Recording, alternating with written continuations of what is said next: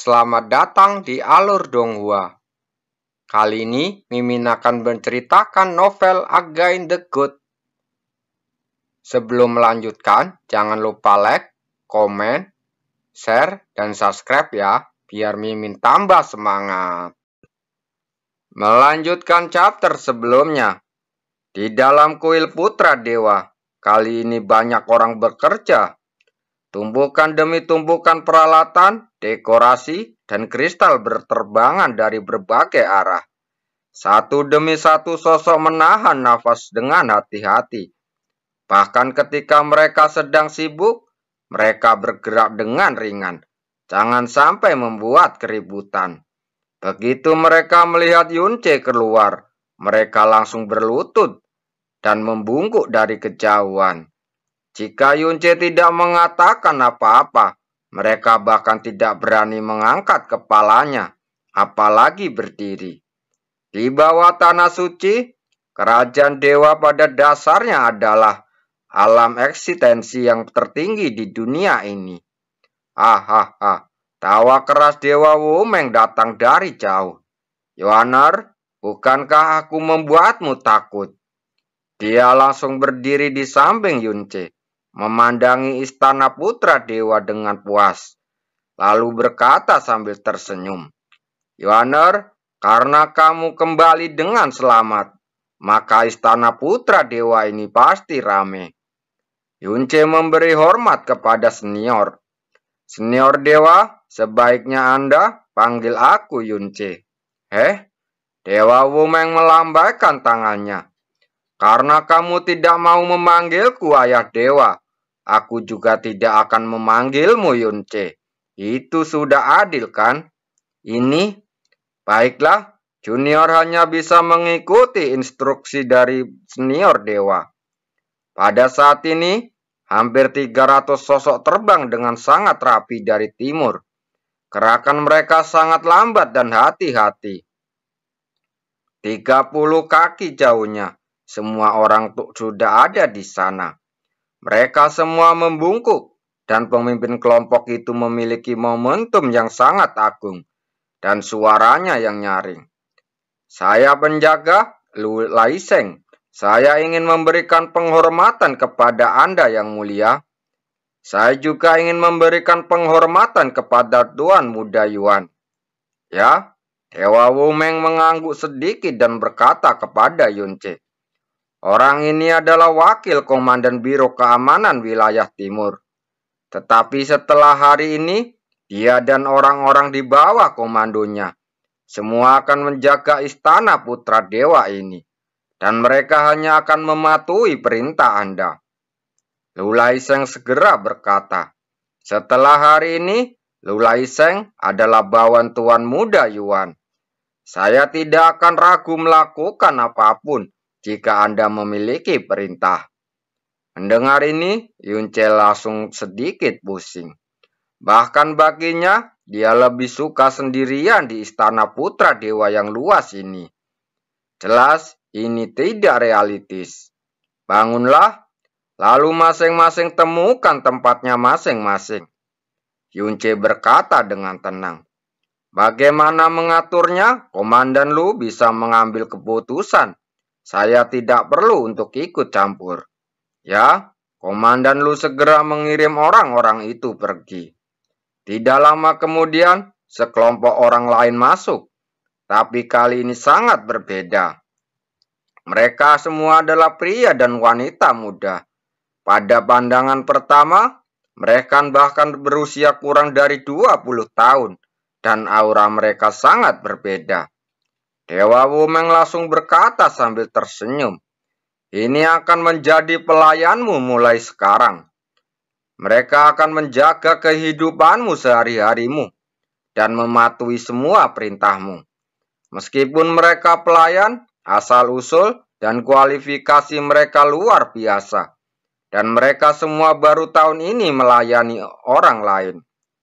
Ini adalah impian banyak praktisi jurang untuk memasuki kerajaan dewa. Bahkan jika itu berarti menjadi orang yang levelnya paling rendah. Dewa Wumeng diam-diam melirik ekspresi Yunce.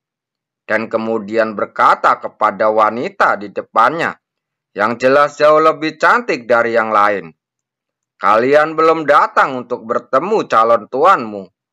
Orang-orang di bawah tidak pernah berpikir sebelumnya, seandainya dia begitu dekat untuk bertemu putra dewa. Namun, bagaimanapun juga, mereka adalah orang-orang yang dipilih dengan cermat. Dan gadis-gadis di depan tidak kehilangan ketenangan mereka, mempertahankan postur paling sempurna, lalu bergerak maju sesuai instruksi.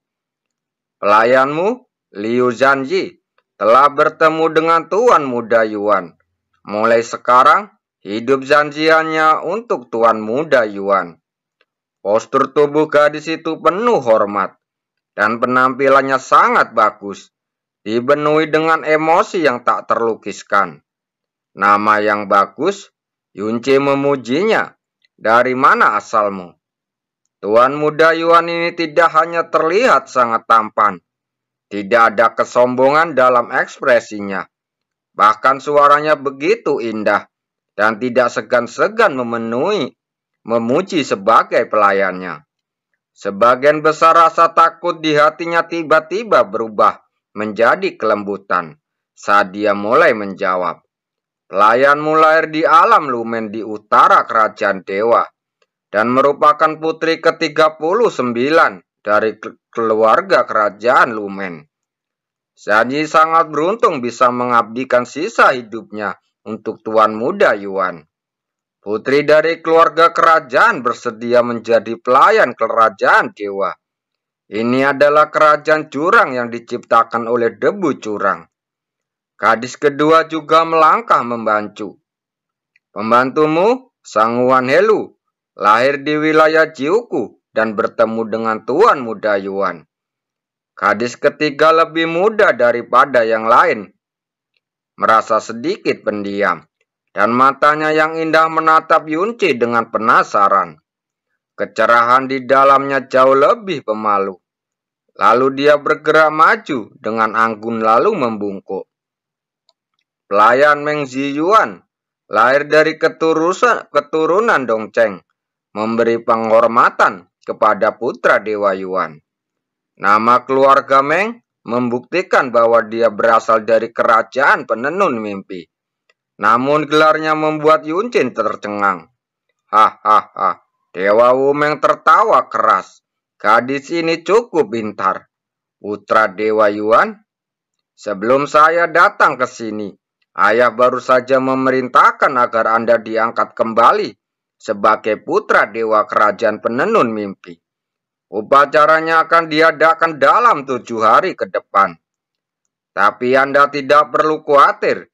Cukup tunggu dan lihat. Tidak akan terjadi apa-apa." Tapi Yunce disela oleh Dewa Wumeng yang berkata dengan penuh arti, "Kamu harus memiliki identitas yang setara dengan gadis itu.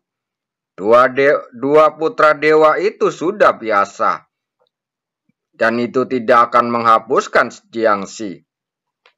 Yunce tidak mengatakan apa-apa lagi selanjutnya, hanya mengangguk dengan lembut. "Oke, mari ikuti apa yang dikatakan senior dewa." Dewa penenun mimpi jelas sedang merencanakan. Ini adalah bagian tersulit. Tapi bahkan sebelum dia memulai, dia sudah dipaksa melakukan apa yang dia inginkan. 7 hari kemudian, saya bahkan lebih cemas daripada diri saya sendiri. Saat ini, Dewa Wumeng tiba-tiba berhenti tersenyum dan melihat ke atas. Sosok seorang lelaki tua perlahan muncul, dan saat dia mendekat, rangkaian jiwa Yunce berdetak kencang. Aura yang sangat kuat.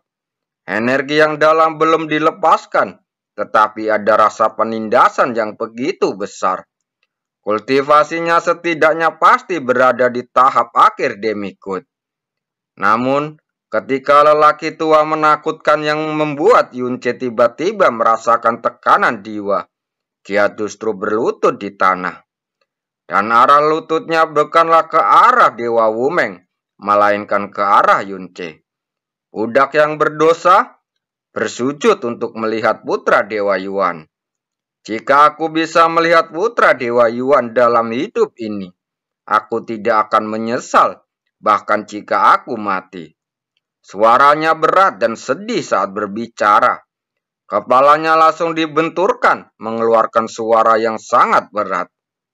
Yunce memandang Dewa Wumeng, tetapi melihat Dewa Wumeng yang mengerutkan kening, dan wajahnya berubah sedikit gelap. Yuaner, dia adalah wali yang dipilih oleh ayahmu setelah kamu lahir. Bahkan namanya diubah menjadi Soyuan. Ini adalah kepercayaan tertinggi dan kehormatan tertinggi yang diberikan oleh ayah. Tapi dia gagal melindungimu, dan kamu mengalami bencana 100 tahun yang lalu. Jika bukan karena keajaiban dari Tuhan, kami tidak akan pernah bertemu lagi dalam kehidupan ini. Meng Soyuan menundukkan kepalanya ke tanah, dan suaranya menjadi serak. Aku tahu, aku pantas mati karena kejahatanku. Kamu memang pantas mati karena kejahatanmu, Dewa Wumeng berkata dengan dingin. Tapi aku menyelamatkan hidupmu dan membiarkanmu meminggul tanggung jawab lagi. Dosamu masih bertahan sampai hari ini. Sekarang, aku akan memberimu kesempatan kedua dan kepercayaan kedua. Meng Soyuan perlahan mengangkat kepalanya dan darah mengalir dari dahinya. Bibirnya yang kering membuka dan menutup, dan dia berkata, "Aku tidak akan pernah bisa membalas kebaikanmu padaku. Aku akan melindungi putra dewa dengan seluruh hidup selama sisa hidupku. Jika saya membuat kesalahan lagi, saya rela dibunuh seketika." "Senior, tolong bangun," Yunce berkata. Rencana saat itu jelas sudah direncanakan sebelumnya dan sulit untuk dicegah. Itu bukan salahmu. Aku aman dan sehat sekarang, dan kamu tidak perlu lagi menyalahkan dirimu sendiri. Mata Meng Songyuan berkaca-kaca. Lalu dia membungkuk dalam-dalam lagi. Hati putra Dewa Yuan sedalam jurang maut, yang membuat budak tua ini semakin malu. Sekarang, kamu akan tetap diam-diam di pihak Yuan Er. Keselamatannya adalah prioritas tertinggi. Tidak ada yang boleh mengganggunya. Meng Soyun berdiri lalu mundur perlahan, menghilang dari pandangan sejenak. Dewa Wumeng berkata kepada Yunce, "Meskipun Meng Soyuan melindungimu saat itu, sebenarnya kamu berada di istana ibumu pada waktu itu. Jadi saat kamu dibunuh, dia tidak bisa mendekat." Dalam hal kultivasi, di seluruh kerajaan Dewa Penenun Mimpi, selain ayah dan penguasa 9 istana mimpian dan penguasa istana utama, dia dan penguasa lembah Chengmeng adalah yang tertinggi. Dengan sisa umurnya, dia bisa mencapai tingkat ke-9 alam batas ilahi sebelum akhir hidupnya. Bukanlah hal yang mustahil. Mendengar itu, Yunce langsung terdiam. Dewa Wumeng menepuk bahu Yunce. "Sebagai seorang ayah, aku tidak akan pernah membiarkanmu mengulangi lagi apa yang terjadi saat itu." Di istana permaisuri dewa, Meng Jianxi yang datang dengan tergesa-gesa, dia membungkuk dengan hormat. "Putramu telah melihat ratu. Tetapi saya tidak tahu kenapa ratu memanggilku. Apakah ada perintah?" Di sofa ponik, seorang wanita dengan sosok mempesona. Tapi matanya yang dingin perlahan berdiri, lalu menatap Jiangxi dengan tajam. Alis Jiangxi langsung menegang. Meng Jian Yuan telah kembali. Pada hari pertama dia kembali, ayah dewamu telah mengeluarkan perintah untuk menjadikannya putra dewa kedua penenun mimpi. Hier, apakah kamu tahu tentang itu? Apakah kamu tidak takut? Meng Huanje adalah ibu kandung dari Meng Jianxi dan Meng Jianzhou, ratu kerajaan dewa penenun mimpi. Ekspresi Meng Jianxi tidak berubah, dan dia berkata dengan tenang, "Anakmu sudah tahu tentang itu. Sekarang, apakah kamu tidak tahu apa yang harus kamu lakukan?" Meng Jianxi sangat tajam, dan auranya bisa menghancurkan jiwa. Meng Jianxi belum pernah melihat dalam posisi seperti itu selama bertahun-tahun. Jelas sekali, berita kembalinya Meng Jianyuan dan penobatan putra dewa membuatnya sangat tidak nyaman. "Ibu, tolong istirahat sebentar." Meng Jianxi maju selangkah dan membantu ibunya duduk. Ayah dewa sangat senang ketika dia melihat Meng Jianyuan dan anakmu melihatnya dengan matanya sendiri. Rasa sayang ditambah dengan rasa bersalah, ditambah sedikit rasa dorongan hati karena kegembiraan yang besar. Tidak heran bahwa ayah dewa akan membuat keputusan seperti itu. Tapi setelah mempertimbangkan dengan hati-hati, itu masuk akal. Itu masuk akal? Meng Huanqiu mengangkat kepalanya dengan ganas, lalu menatap putranya dengan mata yang tajam. "Jawab secara langsung. Bagaimana kabarmu?" Meng Jianxi perlahan berkata, "Tingkat kultivasi Meng Jianyuan saat ini hanya alam master ilahi tingkat ketiga, yang mana jauh dari anakmu ini.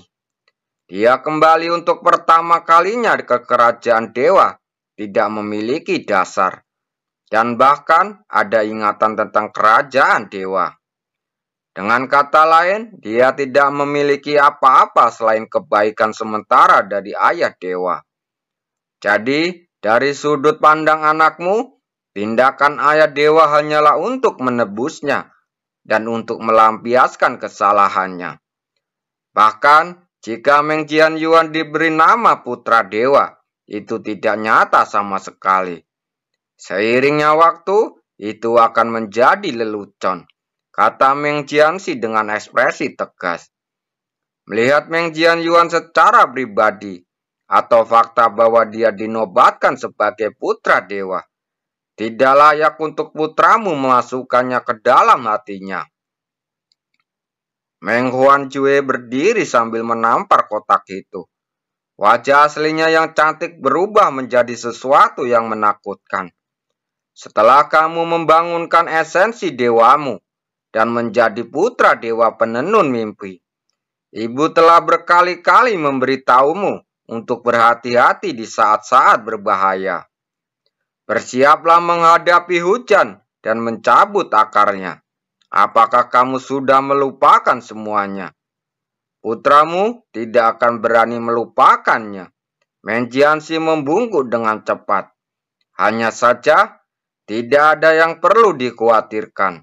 Saat itu, ketika kakek dan pamanmu pemimpin istana 9 impian, aku selalu berpikir bahwa posisiku sebagai ratu dewa sekuat gunung dan tidak dapat digoyahkan oleh siapapun. Namun, sejak kelahiran Meng Jianyuan, ayahmu tidak hanya menganggapnya sebagai harta karun. Bahkan perempuan jalang yang melahirkan Meng Jianyuan, cara ayahmu memandangnya ribuan kali lebih lembut daripada saat dia menatapku. Itu hanya perempuan jalang yang berasal dari negeri asing dan cuma memiliki keluarga rendahan. Ketika Meng Jianyuan berusia 7 tahun, ayah dewamu tidak ragu-ragu menggunakan sumber daya yang besar untuk membangun istana putra dewa untuknya. Ketika dia berumur 10 tahun, dia dinobatkan sebagai putra dewa. Pada tahun itu, berita bahwa posisi ratu dewa akan berubah menjadi semakin populer dari hari ke hari. Kakek dan pamanmu tidak dapat menekannya. Meng Huanqiu mencibir. Setelah istana putra dewa dibangun, meskipun ditinggalkan di sana, ayah dewamu tidak pernah membiarkanmu mengambilnya. Ayah dewamu berharap dia bisa memasukkan semua hal terbaik di seluruh kerajaan penenun di mimpi ke dalamnya. Jadi, bagaimana jika kamu adalah keturunannya langsung? Jadi, bagaimana jika kakekmu adalah Meng Jiangxi dan pamanmu adalah Meng Huanqi? Jadi, bagaimana jika bakat dan esensi dewamu lebih tinggi dari Meng Jianyuan? Ekspresi tenang Meng Jiangxi akhirnya menunjukkan beberapa retakan. Tapi segera dia tenang kembali. Ibumu, anakmu memiliki semua yang kamu katakan. Anakmu telah menyaksikan ayah dewa menyayangi Meng Jianyuan ketika dia masih kecil. Dan bahkan lebih merasakan gejolak emosi ayah dewa ketika Meng Jianyuan kembali. Anakmu tahu ini akan seperti itu. Tapi aku lebih baik dari Meng Jianyuan. Meng Jiangxi membujuk ibunya. Selain itu, ketika Meng Jianyuan baru saja kembali, ayah dewa berada dalam perasaan kegembiraan, penyesalan, dan rasa bersalahnya yang terbesarnya. Selama periode ini, pelindungan Mi Jianyuan juga pasti mencapai titik ekstrim. Jika Anda melakukan sesuatu yang bertentangan dengan ini, ayah dewa akan merasa jijik atau bahkan marah. Meng Huanjue menatap Meng Jiangxi beberapa saat, lalu suaranya tiba-tiba melambat. Dengan kata lain, kamu tidak akan keberatan jika ayahmu menyebut Meng Jianyuan ada sebagai putra dewa kedua. Tidak mau menyuruh kakek dan pamanmu untuk menolak. Kakek Meng Jiangxi adalah penguasa 9 istana mimpi, kerajaan dewa penenun mimpi. Meng Jiangxi dan orang pertama di bawah dewa di seluruh kerajaan dewa penenun mimpi. Paman Meng Jiangxi adalah Meng Huanqi, penguasa istana impian ke-7. Meng Huanqi juga menjadi ratu penenun mimpi. Ya, Meng Jiangxi mengangguk. Meng Huanqi melambaikan tangannya dan cahaya aneh muncul di kedalaman mata iblisnya. Kamu memiliki penilaian dan rencanamu sendiri. Dan aku tidak seharusnya menyalahkanmu sebagai seorang ibu. Aku hanya bisa menyalahkan Meng Jiangxi atas sampah tak berguna itu. Justru membiarkan Meng Jianyuan bertahan. Kalimat yang sangat samar ini membuat pupil mata Meng Jiangxi tiba-tiba mengecil. Dia tiba-tiba berbalik dan bergegas keluar. Namun, sebelum dia bisa menutup pendengarannya, suara santai ibunya terdengar di telinganya. Jika bukan karena bimbingan dan bantuan rahasia ibumu, aku akan menggunakan Meng Jiangxi untuk membunuh benda tua itu. Apakah kamu punya kesempatan untuk mengambil tindakan? Meng Jiangxi tiba-tiba berhenti dan menutup matanya karena kesakitan. Sekarang, kamu sudah mengetahui hal ini. Meng Huanjue berjalan perlahan. Katakan lagi, bagaimana kabarmu? Meng Jiangxi tidak berbalik dan tidak dapat mengeluarkan suara untuk waktu yang lama. Meng Huanjue terus berkata perlahan, ayah dewamu adalah yang paling mahir dalam kekuatan jiwa, karena dia adalah dewa Wumeng. Dia pasti akan menemukan cara untuk memulihkan ingatan Meng Jianyuan. Dan begitu Meng Jianyuan memulihkan ingatannya, ayah dewamu akan mengetahuinya.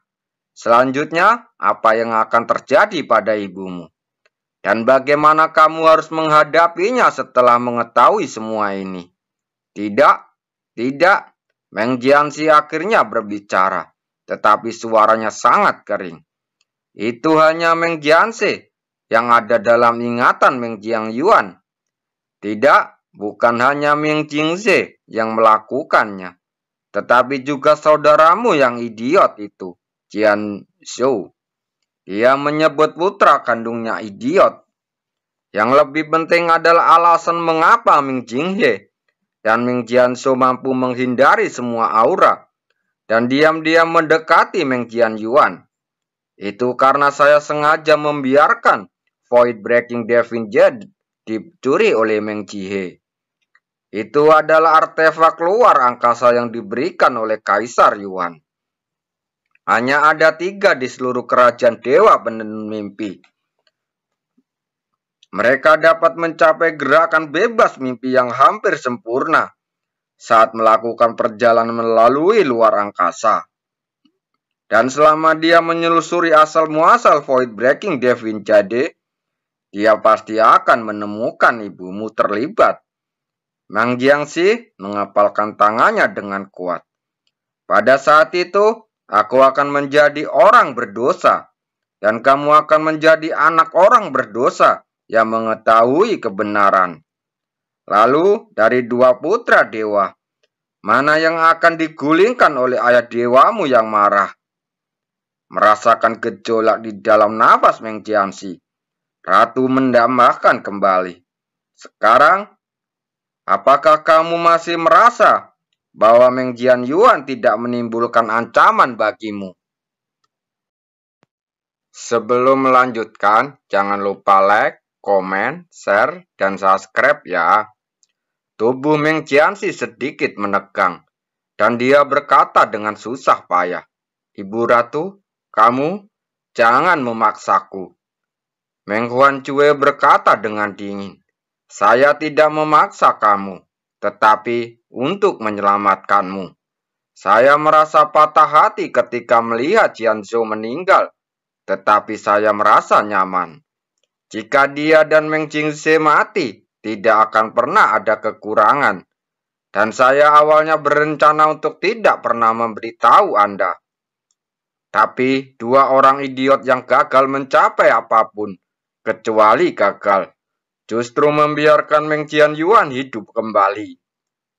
Faktanya, Meng Jiangxi sudah lama curiga bahwa kematian Meng Jianyuan ada hubungannya dengan Meng Jiangxi sebagai satu-satunya rekan Meng Jiangsu. Sebagai adik laki-lakinya, dia sangat merasakan kecemburuan Meng Jiangsu terhadap Meng Jianyuan. Itulah mengapa setelah dia membangunkan esensi dewanya, lalu menjadi putra dewa penenun mimpi, dia menginjak-injak Meng Jianzhou, yang seharusnya paling dekat dengannya, hampir tanpa ampun ke dalam lumpur, dan juga menghancurkan semua keberanian dan ambisinya. Tapi dia tidak pernah menyangka kalau masalah ini ada hubungannya dengan ibunya. Dia sudah menjadi ratu kerajaan dewa, berdiri di puncak wanita dunia, dan tidak ada alasan untuk mengambil resiko besar untuk melakukan hal ini. Sekali terekspos, konsekuensi akan menjadi masalah yang serius. Adapun Meng Jianzhou, dia bahkan tidak tahu sampai kematiannya bahwa kesuksesannya sebenarnya diam-diam diatur oleh ibu kandungnya.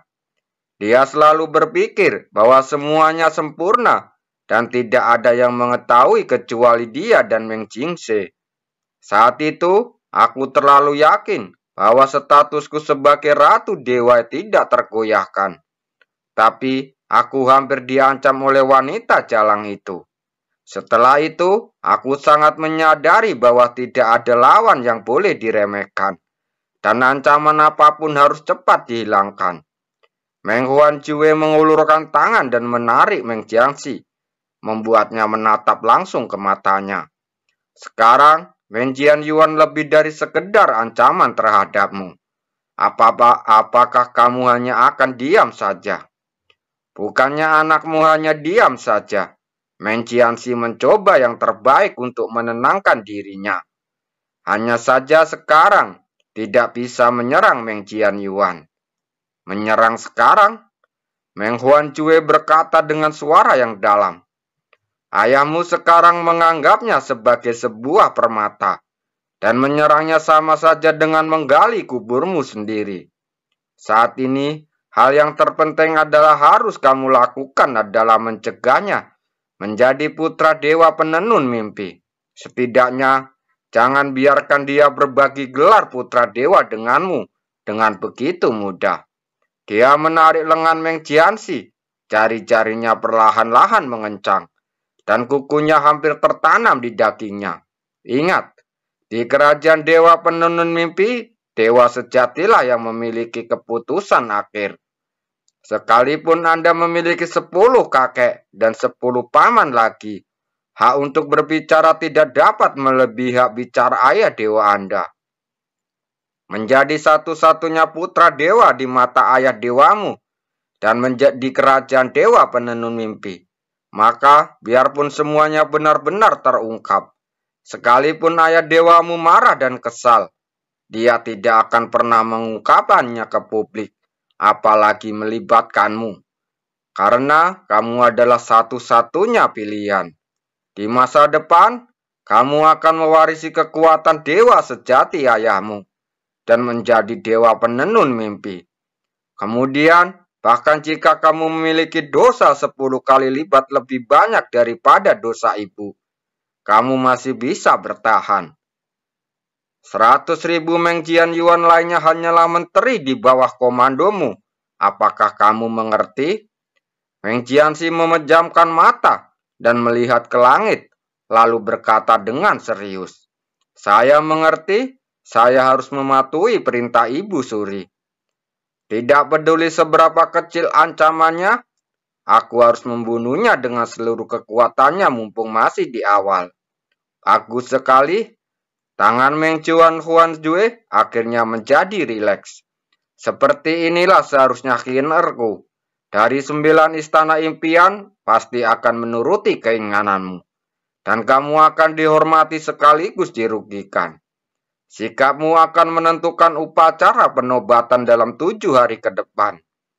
Meng Jianxi berjalan keluar dari istana Ratu Dewa, membuat Ratu Dewa menghela nafas panjang. Pada saat ini, Meng Jianxi terbang dengan ekspresi cemas di wajahnya. Yang mulia, apakah Anda sudah menerima beritanya? Ayah dewa sebenarnya akan menjadikan Meng Jianyuan putra dewa penenun mimpi kedua. Dan itu akan terjadi dalam 7 hari lagi. Baiklah, aku mengerti. Meng Jianxi menjawab tanpa sadar. Meng Jianxi mengamati kata-katanya dan kemudian berkata dengan getir, "Apa yang sebenarnya dipikirkan oleh ayah dewa, itu tidak bisa dijelaskan." Memang tidak bisa dijelaskan. Meng Jianxi mengangguk setuju, dan dia melihat ke depan dan merenung. Baru saja saya menenangkan Ibu Suri yang bertanya. Saya mengatakan bahwa ayah dewa melakukan ini karena kegembiraan, rasa bersalah yang merupakan hal yang wajar. Faktanya, saya sama sekali tidak mengerti apa yang sedang dilakukan ayah dewa. Jika ayah dewa melakukan ini demi kebaikan dan kompensasi, tindakan ini sebenarnya merugikannya. Bagaimanapun, Meng Jianyuan telah menghilang selama 100 tahun. Dan sekarang dia tidak memiliki akumulasi dasar di kerajaan dewa ini. Dan tidak ada yang bisa dibicarakan. Jadi dia langsung dinobatkan menjadi putra dewa. Dibandingkan dengan rasa hormat yang dangkal, tidak diragukan lagi. Ada lebih banyak keraguan, tatapan dingin, kebingungan, dan kegelisahan. Jianyuan hanya akan merasa seperti sedang dipanggang di atas api arang yang indah. Ayah dewa adalah orang yang sangat cerdik, sehingga dia tidak akan memahami hal ini. Meng Jianxi berkata perlahan, tetapi masih tidak dapat memahaminya. Dan bahkan jika bisa 10 kali lebih pintar dan memiliki 10 kepala lebih banyak, dia tidak akan pernah berpikir bahwa pendukung Yunce bukan hanya Dewa Wumeng, tetapi juga kerajaan Dewa Zetian. Meskipun Dewa Wumeng melakukan ini karena kebaikan dan kompensasi, hal itu juga memberi Yunce identitas yang sikap yang terhadap Dewa Huanxin. Tidak peduli apa alasannya, ayah dewa sama sekali tidak mempertimbangkan perasaan yang mulia. Meng Jianxi merendahkan suaranya. Apa pendapatmu tentang upacara dalam 7 hari? Meng Jianxi menghentikan langkahnya perlahan berkata, menolaknya. Men Jianso juga berhenti menatap dengan mata terbakar. Meskipun dia tidak bisa menggerakkannya, dia akan menjadikan setelah 7 hari sebagai hari memalukan yang tidak akan pernah bisa dia lupakan. Dia akan menjadikan namanya putra dewa tidak hanya tidak pernah mulia, tetapi juga memalukan karena dipandang remeh oleh semua orang. Dimengerti, Men Jianso mengangguk perlahan dan kegembiraan bersinar di matanya.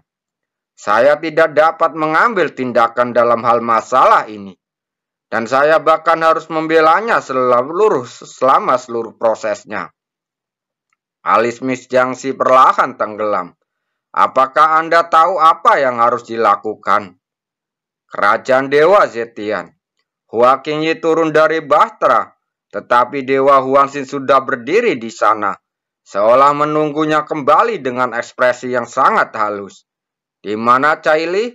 Hua Qingyi bertanya. Mengapa aku tidak dapat menemukan auranya? Dia memasuki formasi 7 bintang Zetian. Apa? Alis Hua Qingyi tiba-tiba tenggelam. Dia tahu kamu pasti akan menghentikannya. Jadi dia masuk sebelum kamu kembali. Dewa Huangxin berkata dengan tenang. Sekarang ke-7 bintang telah bersinar dan ke-7 formasi terbuka. Sudah terlambat bagimu untuk menghentikannya. Hua Qingyi menatapnya dengan dingin, lalu berbalik dan pergi. Ada kabar baik untuk masa depan Hua Caili. Benar saja, ketika menyangkut Hua Caili, Hua Qingyi segera berhenti. Berita itu baru saja datang dari Dewa Wumeng. Tapi itu bukan akibat dari mimpi yang jatuh. Tapi Dewa Huangxin berhenti sejenak, lalu berkata perlahan. Dia menemukan bahwa identitas asli Yunce sebenarnya adalah Meng Qianyuan, anaknya yang menghilang 100 tahun yang lalu. Hua Qingyi jelas terkejut, dan kemudian perlahan mengalihkan pandangannya. Apakah ini benar? Ini yang dikatakan Dewa Wumeng secara pribadi, dan baru saja terjadi. Dulu Yunce pernah berkata kepadaku, aku tidak punya kenangan apapun sebelum aku berumur 10 tahun, dan aku baru berumur 2 dekade. Sekarang aku memikirkannya, itu sepenuhnya sama persis dengan Meng Qianyuan yang hilang saat itu. Hua Qingyi bergumam. Ada hal seperti itu. Dunia ini penuh dengan keajaiban. Itu benar-benar aneh, Dewa Huangxin menghela nafas. Dengan begini, masalah antara Caili dan Hua Yunchen akan jauh lebih sederhana. Setidaknya, aku tidak perlu menghadapi sendirian di kerajaan Dewa Zetian. Untuk menunjukkan sikapnya kepadaku, dan memberikan identitas pada Yunce sesegera mungkin. Dewa Wumeng telah memerintahkan Yunce akan ditunjuk sebagai putra Dewa Penenun Mimpi kedua. Upacaranya akan diadakan 7 hari lagi. Hua Qingyi tiba-tiba berbalik. Bukan langkah ini akan membawa Yunce ke garis depan. Anda juga berkomentar bahwa Yunce sangat ambisius dan jenius. Tetapi dia masih sama ketika dia kembali ke negara itu. Anda harus tahu persis bagaimana reaksi Meng Jianxi dan keluarga ibunya. Jika sebelumnya mereka hanya sangat nyaman, tapi tiba-tiba menetapkan Yunce sebagai putra lain dari Dewa Penenun Mimpi. Dewa Huangxin tersenyum. Bagiku, ini adalah semacam pengalaman dan ujian. Hanya dalam lingkungan seperti ini seorang dapat tumbuh paling cepat. Ada undangan dari kerajaan Dewa Penenun Mimpi. Hua Qingyi tiba-tiba berkata. Dewa Huangxin menggelengkan kepalanya. Beritahu itu pasti sudah menyebar. Tapi Dewa Wumeng tidak berminat mengundang 5 negara lain. Namun jika waktunya tiba, aku akan membiarkan Kaiyang. Tidak perlu. Hua Qingyi berkata dengan dingin, saya akan pergi sendiri. Bagaimanapun, orang yang dipilih oleh Cailia tidak bisa diintimidasi. Dalam 7 hari, saya akan mengunjungi kerajaan Dewa Penenun Mimpi secara langsung. Anda tidak perlu mengkhawatirkan hal ini lagi. Orang tua itu, Meng Jiangzi, saya sudah lama tidak bertemu dengannya. King Yi, ini Dewa Huangxin mengangkat tangannya, tapi hanya bisa melihat Hua King Yi terbang menjauh, dan hanya bisa menggelengkan kepalanya tanpa daya. Di jurang maut, lautan kabut. Ada selusin orang yang dalam kelompok itu. Semuanya mengenakan pakaian serupa. Jelas berasal dari sekte yang sama. Semuanya terluka dengan tingkat keparahan yang berbeda-beda. Lingkungan sekitar ditutupi dengan mayat binatang jurang yang belum dihancurkan menjadi debu jurang. Setengah dari mereka berjaga-jaga, setengah lagi mengerumunin pria termuda. Pria Parobaya terkemuka meletakkan tangannya pada pemuda itu. Setelah beberapa saat, dia menggelengkan kepalanya dengan wajah berat. Debu jurang telah menyerang hatinya. Tidak ada harapan untuk hidup. Begitu kata hati yang terkikis keluar, ekspresi semua orang menjadi gelap. Karena dalam pemahaman, ini setara dengan kematian. Debu jurang tidak dapat dikendalikan, tidak dapat dimusnahkan, dan sangat sulit untuk dihilangkan. Begitu masuk ke dalam hati, tidak ada kemungkinan untuk bertahan hidup. Tidak, itu tidak akan. Pria jangkung yang paling dekat dengan pemuda itu meneteskan air mata. Tetapi dia menggelengkan kepalanya dengan bingung dan tidak mendapat menerimanya. Paman, Anda pasti telah melakukan kesalahan. Saudara muda itu jelas tidak terluka parah. Bagaimana mungkin? Bagaimana? Pemuda itu meraih lengannya dan memaksanya tersenyum di wajahnya yang pucat. Saudara Han, setiap orang memiliki takdirnya sendiri. Jadi jangan khawatir tentang hal itu. Sayang sekali, dia tidak bisa memenuhi janjinya. Pria jangkung itu menundukkan kepalanya dan menggigit. Giginya tercekat oleh isak tangis dan tidak bisa berkata-kata sejenak. Kakak senior Han, aku ingin memohon satu hal terakhir padamu. Aku tidak ingin mati di lautan kabut. Oke, dengan susah payah, aku akan membawamu pergi sekarang. Bahkan jika kamu harus pergi, itu harusnya lengkap. Bagaimana bisa berubah menjadi debu di lautan kabut ini? Tapi tiba-tiba terdengar suara kejutan di sekelilingnya. Suara apa itu? Mereka langsung melihat ke atas. Dia melihat kabut tebal dan debu bergulung di kejauhan. Bahkan langit yang sudah kelabu tampak sedikit lebih gelap karenanya. Semua orang langsung berdiri. Dengan hampa di tempatnya sampai satu orang berbisik dengan linglung. Pemandangan ini sepertinya sangat mirip dengan yang ada di rumor. Di telinga mereka, raungan agung yang tak ada habisnya. Seperti nyanyian iblis tiba-tiba terdengar. Patroli Kaisar Kabut, semua jiwa mundur. Kata-kata itu mengejutkan, seolah bergema langsung di lubuk hati dan jiwa mereka. Membuat mereka semua berubah warna. Kabut, Kaisar Kabut yang legendaris, bukankah kamu mengatakan bahwa itu hanya tipuan palsu? Dikatakan bahwa ketika Kaisar Kabut pertama kali muncul beberapa bulan yang lalu, dia memikat leluhur naga kilin dari kedalaman lautan kabut. Kaisar Kabut telah muncul, menyebabkan ribuan bencana dan mengubur mayat yang tak terhitung jumlahnya. Bahkan jika seseorang berbohong, dia adalah seseorang yang tidak boleh kita sakiti. Pria Parobaya itu segera berteriak dengan suara yang dalam. Ayo cepat, pergi. Suaranya tiba-tiba dipenuhi amarah. Kembali, bubar. Bumi mulai bergetar. Dan badai tiba-tiba muncul dari kabut abu-abu. mengempaskan orang-orang yang panik dan jatuh beberapa mil jauhnya. Hanya pemuda yang hatinya terkikis jurang debu dan ditakdirkan mati, tidak terpengaruh oleh badai, dan ditinggalkan sendirian di tempatnya. Pria Parobaya itu berdiri dengan panik dan mengeram. Cepat pergi, jangan melihat ke belakang. Pria jangkung itu berdiri dan melihat pemuda yang diam di tempatnya. Semakin dekat ke kabut abu-abu yang bergulung, pupilnya tiba-tiba menyusut dan berteriak. Tetapi saudara muda, saya tidak bisa mengendalikan lagi. Pria Parobaya itu berkata dengan putus asa. Jika dia terus berjalan, kita bahkan akan dalam bahaya. Pria jagung itu menggertakkan giginya dan mendorong dengan kuat ke tengah.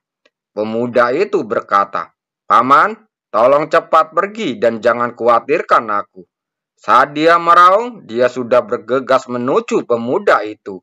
Dan dia juga bergegas menuju kabut kelabu yang mengepul. Hansu, teriak pria Parobaya itu. Tetapi dia hanya bisa menggertakkan giginya dan melarikan diri dengan seluruh kekuatannya bersama murid-murid lainnya. Pria jangkung itu terhuyung dan jatuh dengan keras ke tanah. Dia berguling ke depan, lalu terbang ke depan lagi, dan dengan cepat mengangkat pemuda itu. Tapi ketika dia berdiri, tangannya bersentuhan dengan kabut abu-abu yang ada di dekatnya. Matanya yang tiba-tiba membesar bertemu dengan sepasang pupil abu-abu besar dan menghilang ke dalam kabut abu-abu. Beraninya kamu, manusia rendah, berani menyinggung kekuatan kaisar ini. Tekanan yang mengerikan hampir menghancurkan jiwanya. Pria Parobaya itu menggigil, tetapi dia memaksakan pikirannya untuk berteriak. Beraninya makhluk fana ini menyinggung Tuan Kaisar Kabut. Hanya saja adik laki-lakiku yang hatinya telah dirusak oleh debu jurang dan hidupnya telah padam. Saya hanya ingin membawanya dia keluar dari lautan kabut dan mati dengan bermartabat, tanpa niat sedikit pun untuk menyinggung perasaan Anda. Mohon maafkan saya, Tuan Kaisar. Saya Hansu akan bersyukur seumur hidupku. Hahaha. Jawaban dengan tawa nyaring dari Kaisar Kabut. Mereka yang penuh kasih sayang dan saleh, dan yang tidak takut mati, pantas mendapatkan hadiah Kaisar ini. Suara Kaisar Kabut disertai dengan kabut abu-abu yang tiba-tiba menyelimutinya. Pria Parobaya itu mengerang tetapi tidak berani melawan. Namun perasaan erosi debu jurang tidak datang. Kabut abu-abu tetap menempel pada mereka selama beberapa napas, dan kemudian dengan cepat menghilang. Di saat yang sama, ada juga aura kekalahan yang sangat kuat di tubuh pemuda itu. Hahaha, kabut abu-abu langsung menghilang, diiringi tawa Kaisar Kabut yang berangsur-angsur surut. Kakak senior Han, pemuda itu berjuang untuk berdiri dari pria jangkung itu. Dia mengangkat tangannya, menatap telapak tangannya dengan tidak percaya, dan kemudian mengeluarkan suara seperti mimpi. Semua erosi jurang di tubuhku telah menghilang. Apa? Mereka kembali ke sisi pria Parobaya itu. Ketika energi mendalam pria Parobaya itu beredar di tubuh pemuda itu, seluruh tubuhnya tertegun untuk waktu yang lama, dan pupil matanya diam-diam membesar, seolah-olah tiba-tiba masuk ke dalam mimpi paling konyol dalam hidupnya. Paman Guru, pria jangkung itu bertanya dengan ragu-ragu, apakah itu benar? Ini tidak mungkin. Ini tidak mungkin. Pria Parobaya itu menggelengkan kepalanya, seolah-olah dia sudah gila. Itu sudah jelas bahwa tidak ada obat untuk jurang maut. Tidak hanya pembuluh darah dan jantung. Semua debu jurang telah menghilang. Semua orang di sekitar saling memandang, seolah-olah mereka mendengar suara iblis dari luar langit. Seorang murid bergumam pelan, bukankah kamu mengatakan bahwa sekali kamu menderita erosi debu jurang, bahkan kaisar neraka tertinggi di tanah suci tidak dapat melenyapkannya. Bagaimana bisa? Mungkinkah itu benar-benar kaisar kabut jurang? Pemuda itu tiba-tiba berbalik, berlutut ke arah kaisar kabut, dan berteriak dengan suara terisak. Murid Sekte Qinyun, Wu Chen, terima kasih kepada kaisar kabut. Selama sisa hidupku, aku akan menghormati Kaisar Wu sebagai keyakinanku. Dan aku tidak akan pernah meninggalkannya bahkan jika aku mati. Tidak lama kemudian, rumor tentang Kaisar Kabut muncul kembali. Dan rumor mengatakan bahwa Kaisar Kabut dapat dengan mudah menghilangkan erosi debu jurang. Rumor itu dalam sekejap menyebar langsung ke tepi laut kabut. Dan dengan cepat menyebar luas. Istana Putra Dewa. Yun Chen keluar dari ruangan kultivasinya. Merasakan auranya, sosok gadis itu bergegas membawa hembusan angin. Tuan muda, Anda sudah menemukan jawabannya. Dalam 3 jam, itu akan menjadi upacara penobatan Putra Dewa. Jika Anda tidak keluar, Tuan muda, jika Anda tidak keluar, Saudara Sanji akan menangis. Suara wanita yang menawan terdengar. Langkah Meng Jiuan ringan dan memegang gaun perak di tangannya. Tuan muda, izinkan kami membantu Anda mengganti pakaian. Yunce mengulurkan tangannya. Aku akan melakukannya sendiri. Tidak, Meng Jiuan menghindar, sedikit mencibir dan berkata dengan kesal. Tidak apa-apa jika kamu tidak mau kami menemani Anda mandi dan tidur. Jika kamu bahkan tidak membiarkan kami membantu berganti pakaian, kami akan malu untuk tinggal di sini lebih lama lagi. Ya, Liu Zanji mengangguk cepat. Oke. Yunce menjawab tanpa daya dan mengikuti mereka kembali ke istana. Saat dia berjalan keluar, tubuhnya sudah dipenuhi dengan pakaian warna perak dan cahaya yang masih samar-samar. Dia menunjukkan keanggunan dan keluhuran dalam langkahnya, yang membuat kedua gadis kecil itu menatapnya lama sekali. Pas sekali, tapi agak mewah. Yunce tampak cukup puas, lalu berbisik. So Yuan, sosok lelaki tua itu jatuh dari langit, lalu berlutut di tanah. Ini masih terlalu pagi. Beritahu aku siapa yang akan berpartisipasi dalam upacara penobatan. Ekspresi Yunce sangat santai, seolah dia hanya menanyakan pertanyaan sederhana dan tidak menganggapnya terlalu serius. Terima kasih.